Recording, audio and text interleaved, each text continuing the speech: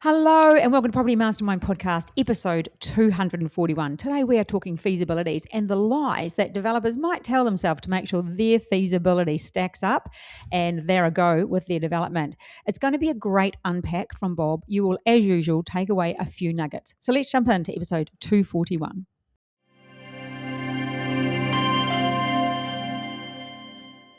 Hello and welcome to episode 241. Take 4, I think it was. How was it difficult for me to start the podcast today, Bob? Well, you got your tongue in a bit of a knot there. Oh, about 4 times. But anyway, we got there. If people knew, it's a Sunday today. We're filming this podcast, recording this podcast on a Sunday because we're off to New Zealand tomorrow because it's my daughter's wedding. Yay! Anyway, less about me, more about property development. Today we are giving the book away to Ruth Tui. Congrats, Ruth, new to the Property Mastermind education program. Can't wait to see you as a successful property developer. And it was great to chat with you the other day. So fun. I can't wait to meet you at the workshop on May the 1st, 2nd and 3rd. It is such a fabulous event. Anyway, Bob, before I get started, what's your tip for the day? My tip. Let's tell the truth because we've already done this because I made such a mess. He's acting like it's a surprise. What's the tip, Bob? My tip is, and this happened yesterday, don't rely on weather forecast. Because I wanted to go on a decent walk yesterday morning, and so I had a look at the weather forecast because it was pretty cloudy. And it said, no rain for an hour and a half. And I thought, perfect, this will take about an hour. So I headed out, strutting away, and about 30 minutes in, the skies opened up and I got deluged. So much for accurate weather reporting. It came an hour early, and I did the last half of my walk, made it home looking like a drowned rat. So I've just lost all faith in weather reports. Not that I had a lot to begin with, but... Well, they're a bit like a feasibility, aren't they? They can be wrong if you put the wrong info in. Well, sometimes they're just wrong if you trust the wrong source. That's interesting because we are off to New Zealand and it said that the wedding day forecast would be 13 degrees in Queenstown. Yes, folks, 13 degrees in New Zealand summer. Happy days. But anyway, when I was speaking with the bride-to-be, she said, no, Mum, look on it. First of all, she said, no, we don't talk about the weather.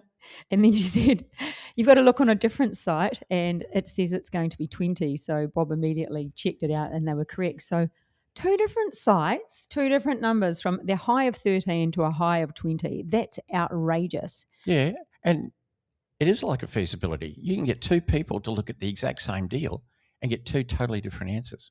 Okay, let's jump into that feasibility conversation then, Bob. What a segue. What's the biggest issue you see with developers and feasibilities? Well, the biggest issue, I suppose, and this is very broad because you could break this up into a lot of things, but they don't really understand the numbers. They don't understand all the things that have to go in there, all the costs that have to go in there. And they don't really have a good handle on those, a whole heap of things in there, like build costs, everything else. They don't have a good handle on the numbers. And that's the biggest problem. That's why I see feasibilities that are showing what appears to be a decent profit. And when I pull them apart, you would never go near them. And that's why. So why do developers, or actually no, let's unpack that a little bit more, because you always say there's the 3 big numbers that matter in a feasibility, but then everything else matters. So you can't just do, sale price is good, purchase price is good, construction's good. Those 3 are the ones that make up predominantly most of the feasibility. But there's a lot more that goes into that. If they make up the big 3, why do we need the others? Why do we need those other numbers? Well, collectively, they all add up. Anything in isolation, any small number in isolation doesn't matter a lot. But if you've got a lot of small numbers, then they add up to a bigger number. And that's why everything matters. And you want to get it as accurately as you can. And not only that, you're going to look pretty stupid because your feasibility is going to end up with the financier and with the valuer.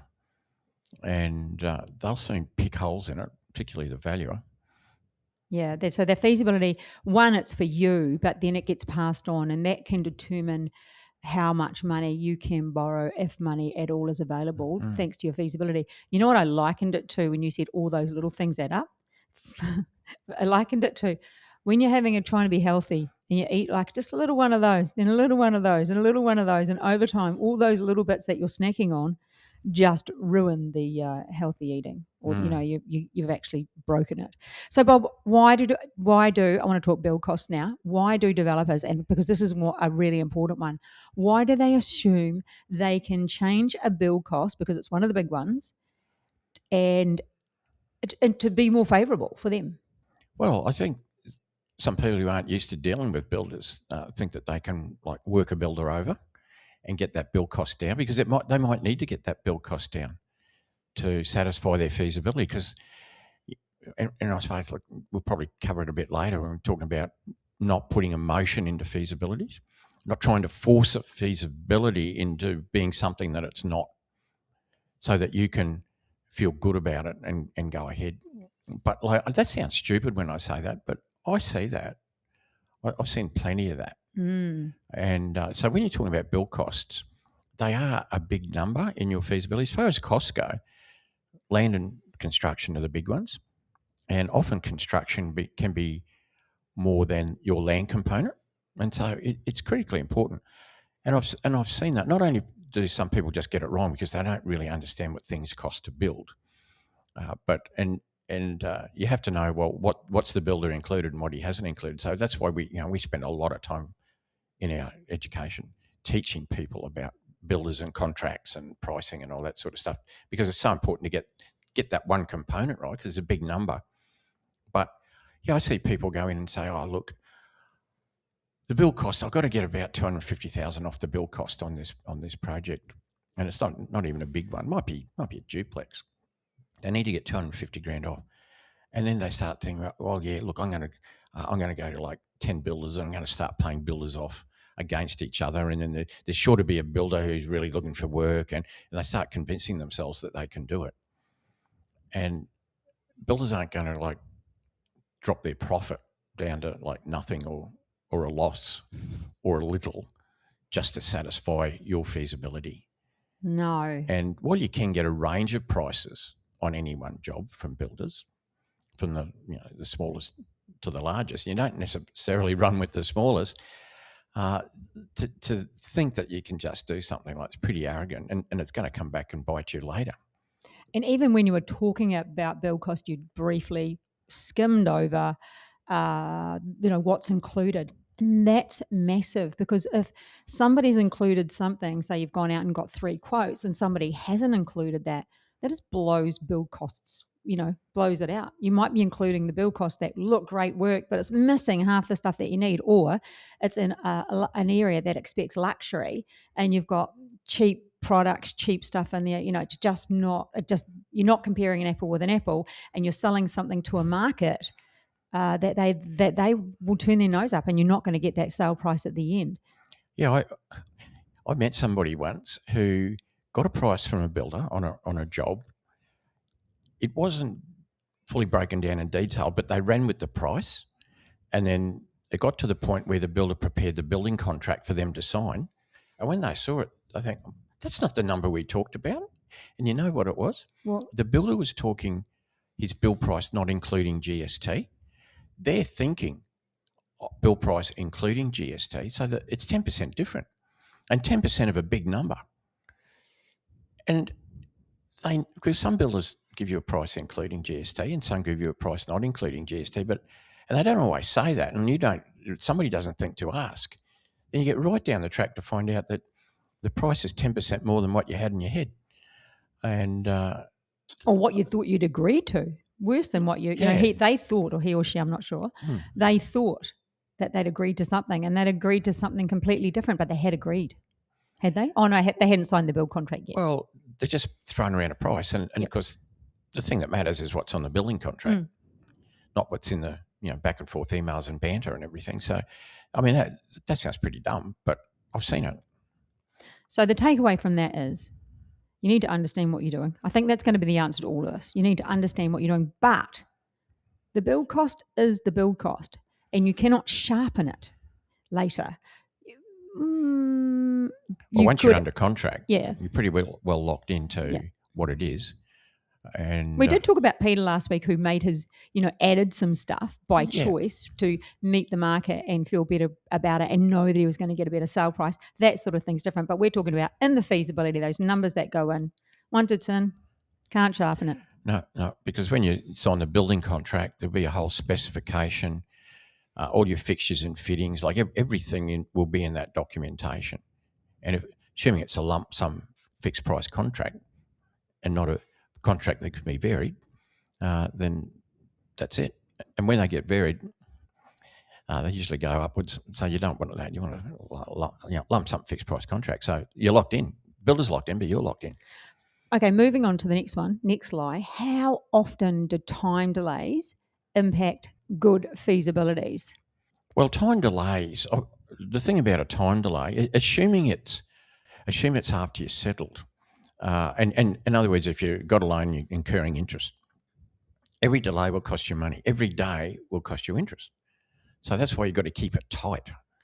And so delays will cost you money. And so in your feasibility, you need to be as accurate as you can with timing. Now, the thing you have least control over is your development permit, because that's going through council. That said, there's a lot you can do to keep that time frame tight. And once again, we show people how to do a proper development permit, how to put it together, how to work with your town planner, and how to work with council to minimise it. And that's what you want to do. Beyond that, you are in control of your timing a lot. But then I see time bleeding, where people don't keep their consultants on time frames and things like that. So, I've even seen building contracts that are quite open ended on the time frame side. So there's a lot you can do. There's a lot you can control on time. But the thing is, in your feasibility, you need to be real. Well, you need to be real about everything in your feasibility, but even timing. How about in life? Let's get real about everything. Let's just be real about stuff. Let's be real. And I've seen some very overly optimistic timeframes in feasibilities that make the deal look better than it is. If I see, for instance, construction, if I see something and I think, well, that's a 9-month construction, they've got 6 months in there. Well, how are you going to do that? Because it's going to take 9.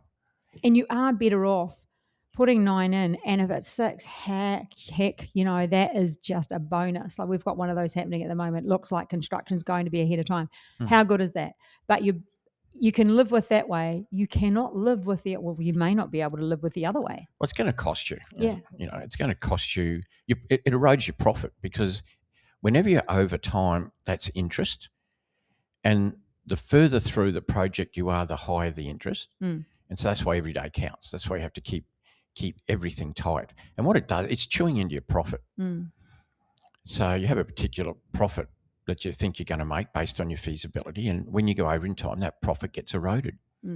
So, but you also have to be real when you put it in there. So that's the whole thing about a lie. A lie doesn't have to be like an intentional lie. It could be like a little sneaky lie that got you. It bit you on the bottom. Mistake lie that you're telling yourself.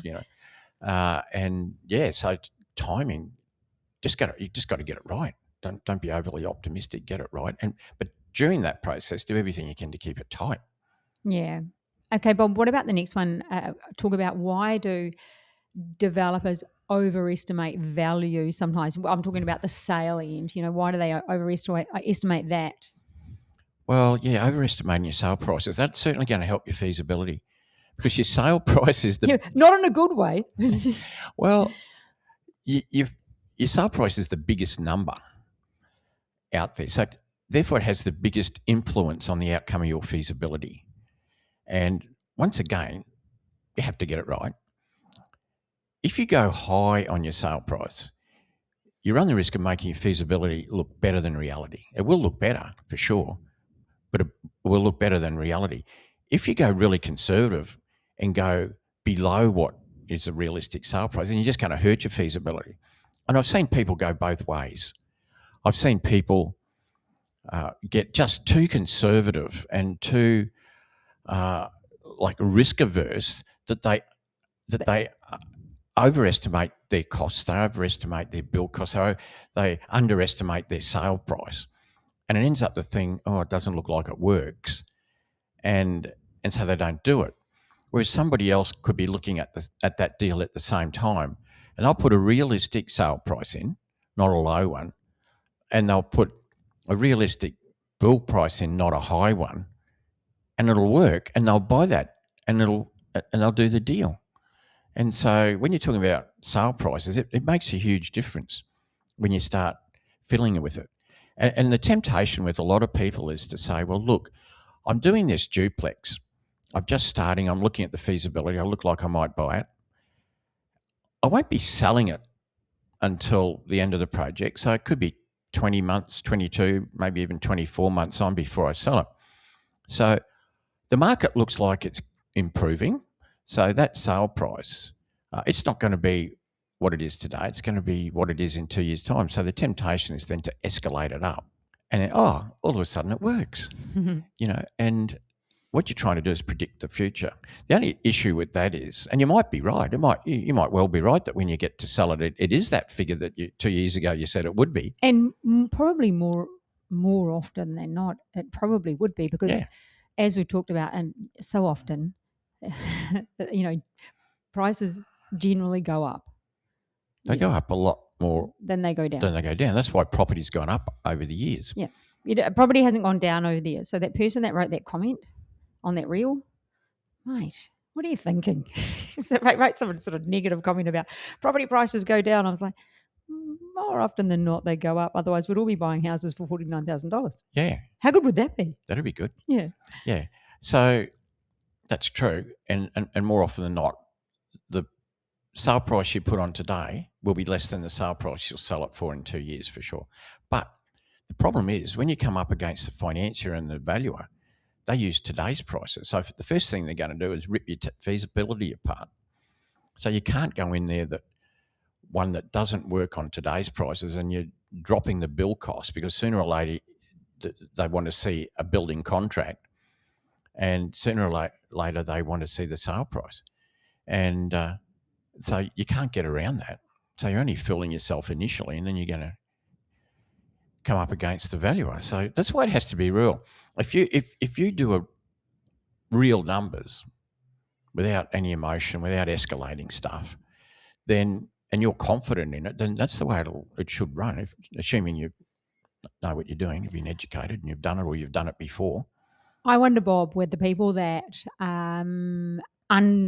overestimate, I wonder if that's just a little bit of self-sabotage, so they don't have to, they really want to do it, but they're just too scared overestimate build costs, and underestimate sale prices. Yeah, the people that make everything look worse for themselves because that's a bit more secure and way less risk adverse can never find a deal. And I wonder if that's, that form of self-sabotage, because then they never really do it because they can't find anything, and yet we've got people finding things right now. We have students finding great deals. Every week right I'm now. talking to students that have found deals. We've got some really exciting student deals going on. Yes, I was even thinking for a Sunday I'm going to text somebody this afternoon and find out how they got on with talking to another agent. So that was, we have got a lot happening. So it just makes me wonder if that could be a reason why, potentially. Yeah, I'm thinking of somebody once I met that was doing that, and I called them out on their feasibility as to why these numbers are, too low on the sale and too high on the costs. And just being really conservative, well, yeah, you'll kill deals being too conservative. Just be real. I say to people, just be real. Don't be bullish. Don't be conservative. Just be real. Do you generally find, Bob, it's more women or more men who are conservative, or it's just blanket? I think often men are higher risk takers. Is that a normal thing with men? Quite possibly. Like we used to go out hunting. We used to go out and attack saber-toothed tigers. Yeah, we both went there. Yeah. Oh, you would have been out there throwing spears for sure. Oh, for sure. You wouldn't been one of those cave women back there. No way. I wasn't a kept cave woman. I was throwing my own. Cooking up mammoth steaks or something over the open fire in the cave. No. Yeah, don't know. I'd probably say men might be a little bit more aggressive, more bullish. Yep. If you be aggressive with the feasibility, I don't know how. Or less likely to underestimate or underinflate or overinflate to make something look worse. They're more likely to take a risk with a feasibility, perhaps. Yeah, but that's very much a generality. Hey, before we move on, I need to just drop in here. We do have our 3-day workshop on May the 1st, 2nd and 3rd on the Gold Coast. And if you're keen to come along to that, there'll be a link below. Click and we can send you some information on that. It's a phenomenal event and we just cover so much. Or if you want to talk to the team about our mentoring program, which we do have, and they are a fabulous education programs. We only have 5 stars, and we make sure you do a development. None of this, your time's done, see you later stuff. Click and have a chat with the team. And I don't know why I just threw that ad in there, but I did. It was kind of an ad, kind of a tell you later. And please, if you're enjoying our podcast, just write a comment below if you're watching us on YouTube. We'd really appreciate that. It's kind of helps other people find us. Now, Bob, back to this. What mistakes do people make when, and I'm going to use the word assuming finance approval, because finance is something, the feasibility matters, and the feasibility incredibly matters. And like you brought up, you've got the valuer and the financier. People are looking at your numbers and they will be checked. So why do people assume they're going to get finance? Well, it's a bit of a funny question in a way, but what I'm trying to think, why would they assume it? Well, if they've done what they consider to be a real feasibility, and they understand finance, and they're all interrelated, then you could feel confident that you're going to get finance. But to do that, you have to really properly understand feasibilities and understand how finance for property developments work. However, you can be naive, and God knows there's plenty of people out there waiting to get into trouble who are naive, and they might think that it's a bit like buying a house. I knew a fellow once who had 2 properties side by side, a total of 1,200 square metres. He wanted to do a student accommodation project on that. There was 2 old houses on it. His intention was to knock the houses down and build student accommodation because it was very, very close to the biggest university in the state. Great idea, great concept, fantastic location. The problem is he thought that you could go and get finance to do that, like a house where you could put in, like 20% and get mortgage insurance, because he thought, well, I've probably got about 10% I can pull together and get mortgage insurance and then do it on a 90% lend on a property development. And that's not impossible, but it's also not likely. You're talking about structured finance, you're talking about layered finance, mezzanine, we won't go down that track, but it can be quite complicated. And for somebody to try and do that on their first project, which is what it was. And so he rocked up and to the financier and with his deal, and they sent him off, sent him packing. I know that because the financier told me. And the financier rang me and he said, the deal looks fantastic. The guy's totally naive about finance, but maybe you should talk to him. And maybe there's some deal to be made there. But it would require quite a lot more than 10%. So, but there's somebody who is quite naive about finance. So you'd say, why would people, just assume finance? Well, he did, but because he was ignorant about how it works. Yeah, finance, I think, is such a massive, finance, I know, is such a massive part of property development. It's probably your specialty area.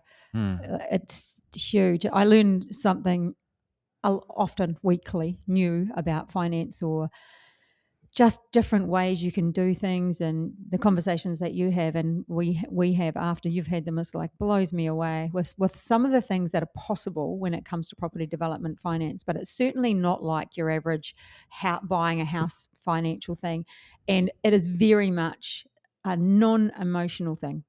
So it's all about facts. So if you can get through this and just be factual with everything and bring good facts to the table, it really, and know what you're doing. Not like that old mate there who thought he could just rock up to somebody and get money. Then, finance will work.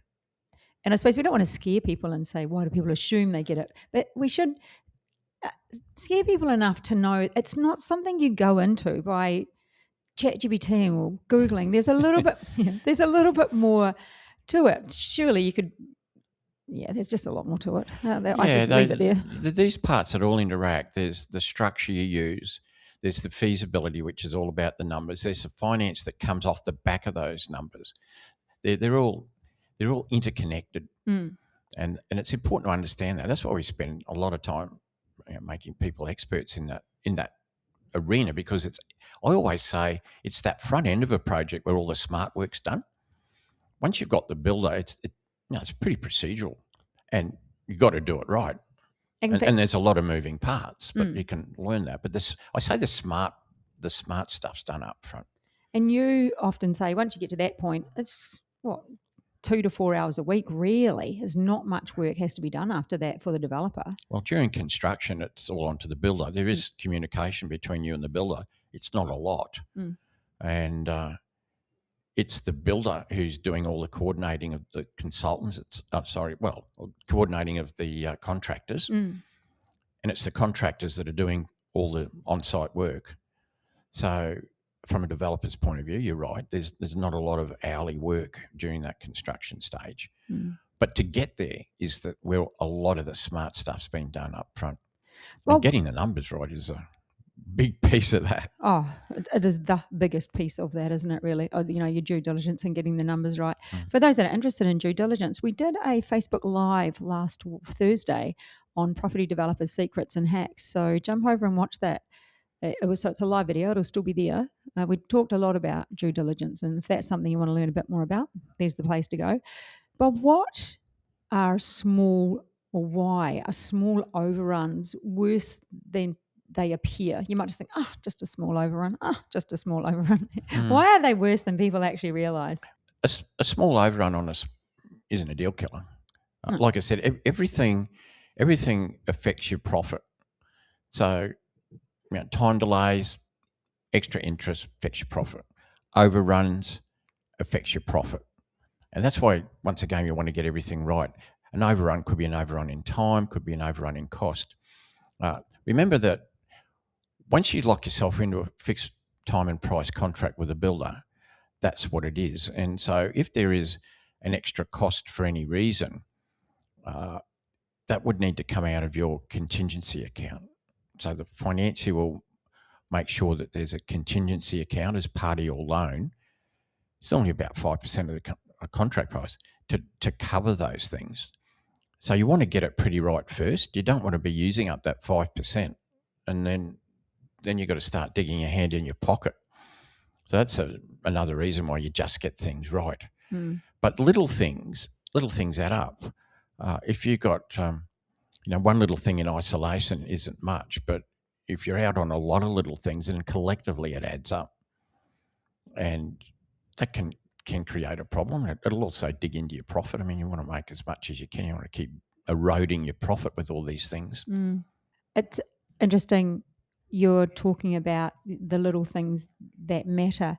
I'm just going to go back to when you were talking. I just thought of something when we were talking about the sale prices, overinflating cost, etc., or the build prices, sale price, the land price. And often we actually brought it up on take 1 of the podcast, but this is take 2.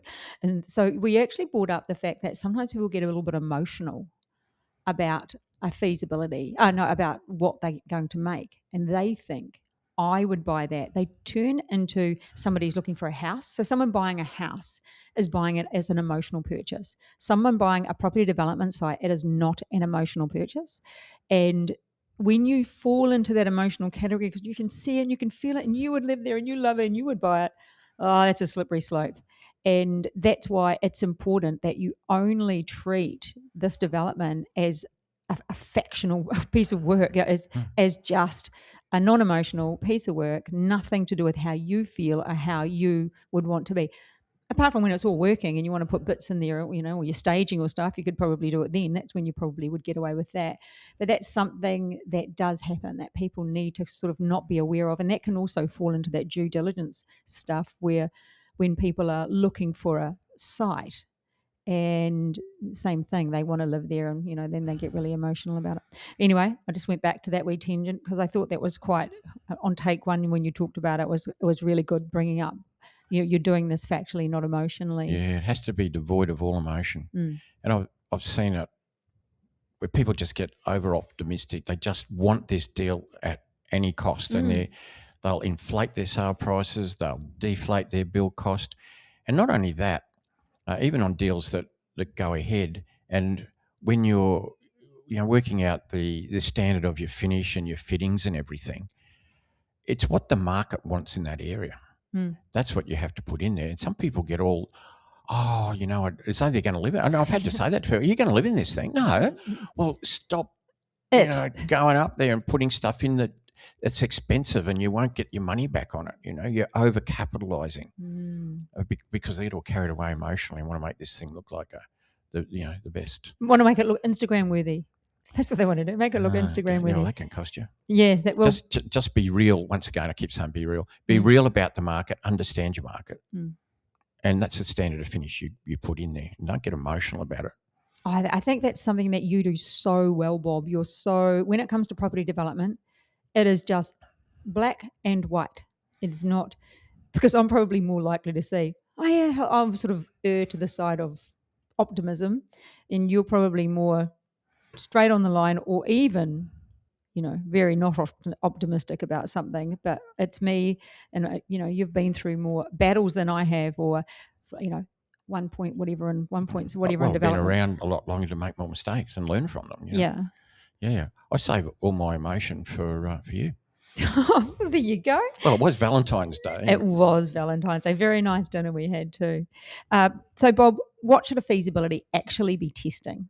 Well, you're testing your income and all your costs. If you think about a feasibility, it's as simple as you think of it: sales less costs equals profit, or income less costs equals profit. That's a feasibility in its absolute raw estate. So income, well, that's just what you sell them for. That's it. It's a number what you sell them for. Cost, well, there's a lot of costs in there, and that's why you have to understand them and not miss them out and not get the wrong dollar values on them to be real, as I keep saying. So, lead me back to that question. What should a feasibility actually be testing? Well, it's testing the viability of that this was in project. my head. That's my word. And I was like, it's the viability.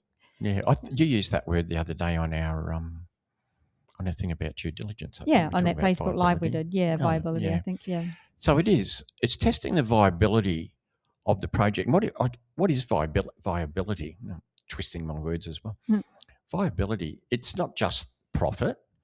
A project can make a profit but not be viable. That's my next question. So we'll get to that. That's okay. No, that's okay. It'll probably answer it. So that's why we're doing it. It tests the viability. It tests whether the profit is sufficient. Well, one if it is sufficient to get finance, which is important, but if it's sufficient for all our time and effort, it has to still tick the box for finance. Oh, that's interesting.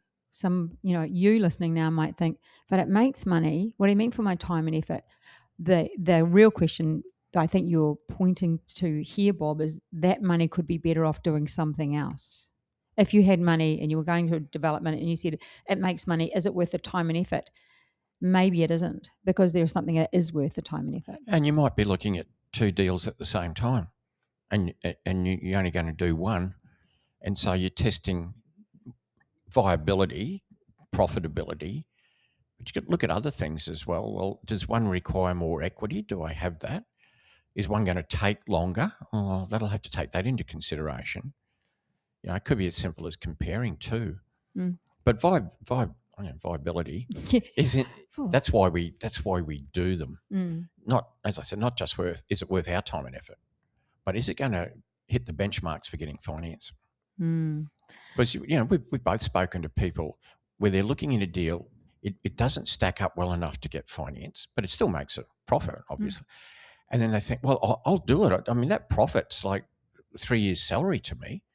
If I can make 3 years' salary out of a part-time job doing a project, I'll do it. Well, the problem is it's not showing enough profit margin to get finance. So it really doesn't matter what you want to do. It also has to be what the financier will accept. And what you're saying there is finance itself is a business, and those people don't go into business with things that aren't viable to them. Or it might be viable to you. You might, I make money, but a financier is going to be, well, we're not funding that. That's not got, you don't have enough, you got no skin in the game, or not enough for our requirements. The number, the timing, they've got all their own reasons. They look at all they've done evaluation, all that information is there for them, and then it's a no-go for them. Yeah. It just brings out, and I hope you're listening and getting this, that it's so important to know what you're doing. Yeah, it's really easy to think, I can do a property development, buy some land, build it, but there are so many moving parts that have to be connected together. And sometimes people get away with their first one, and sometimes they don't. Get away as in they manage to get through it and they make some sort of profit. No, they left a lot of money on the table. And then other times they don't, and it's just sad. It would have to show enough profit to even get finance, unless you're using cash and not even going to a financier, which would be rare. But then, it can hemorrhage as well on the way if you really don't know what you're doing. People that stumble through a project, I've seen people go through a project and think, oh, aren't I good? But what they don't realise is the market moved up so much during the project, it saved them. The sale prices went up so much during that 2-year project that it actually saved them from their own stupidity. But you can't make a career out of that. No. Because you'll go down probably next time. And so just an example of that, if you listen to Liam's, we interviewed Liam Nagel on this podcast, I don't know what number it is, but he did it, did his feasibility, did his numbers, profitability was 400,000. He was happy with that. And so that was great. Got finance. Everything worked exactly how it should have. He followed our procedure. He got there. That happened. But on top of that, the market did move and he made an extra 200,000. So, he got there by doing it right, not emotional, did everything he needed to. And when the market moved, he got an increase. He didn't just get saved by it. He got an increase. And that's where you want to be sitting, isn't it? Yeah. And more often than not, way more often than not, the sale price of your product when you first buy the site will be less than what it will be when you sell it. We talked about that before, because markets move up. They don't move up in a straight line. Sometimes they flatten out. Sometimes just for a short period of time they might dip, but they always pick up and they always go forward. And so purely on what would you call mathematics or statistics or whatever you like, more often than not, you will sell it for more than what it was worth in your original feasibility if you put in today's prices and you're real. And so that's a bonus. It's not a number you work off. No. Have I ever made less than I expected down the track? Yeah, I have made less. I can remember, I did some projects in Brisbane, and it was about 2013. There's a bit of a dip in the market, and by the time I finished, I made less profit, but I made it a pretty healthy profit all the same. Instead of making 120,000 a townhouse, you make 90 or 80 or something. Well, it's still good, but that was only like the market moving down. You can get projects wrong if you don't know what you're doing, and you won't stumble through and make less profit than you think. You can actually kill a project. And I've seen people that do bad feasibilities at the front, just buy the site, and by the time the numbers really matter at the construction stage, they had their bill price wrong, had everything wrong, and they can't get finance. And so they're left with a site that has an approval and you can't get finance. Well, that was just, stupidity. I knew it was on the end of your tongue. Stupidity, but what was more stupid is they didn't know what they were doing. They didn't learn what to do before they started, and it caught up with them. It doesn't have to be like that.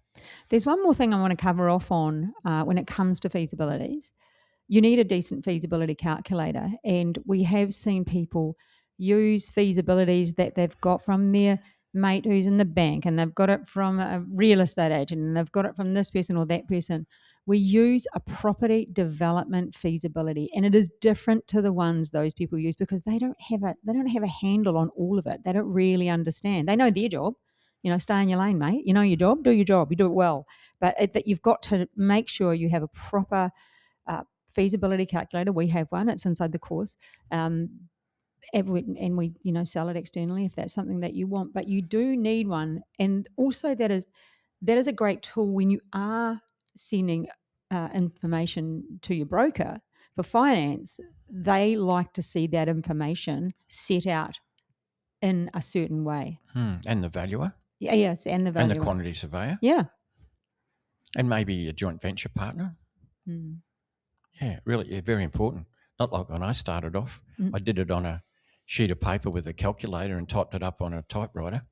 Yeah, ours is a bit easier than that. Just put it in and push buttons. And that brings me to one more point, the GST content. Not everything has GST. That's a whole learning curve in itself. And it comes, your timing and GST are two things that are impacted. That's why a good calculator, it works with that. Yeah, and calculates all your interest. Yep. To calculate interest manually is a heck of a job. Yeah. Well, Bob, I think we've covered everything in there. Are you really happy with how we've summarised today's podcast on feasibilities and the lies we can tell ourselves? Mm-hmm. Great. Oh, well, that's the end of episode 241. Hope you got something out of that. Remember to share, like, subscribe, do something positive with this podcast. We'd love it. And we will catch you again next week. Bye for now. Bye now.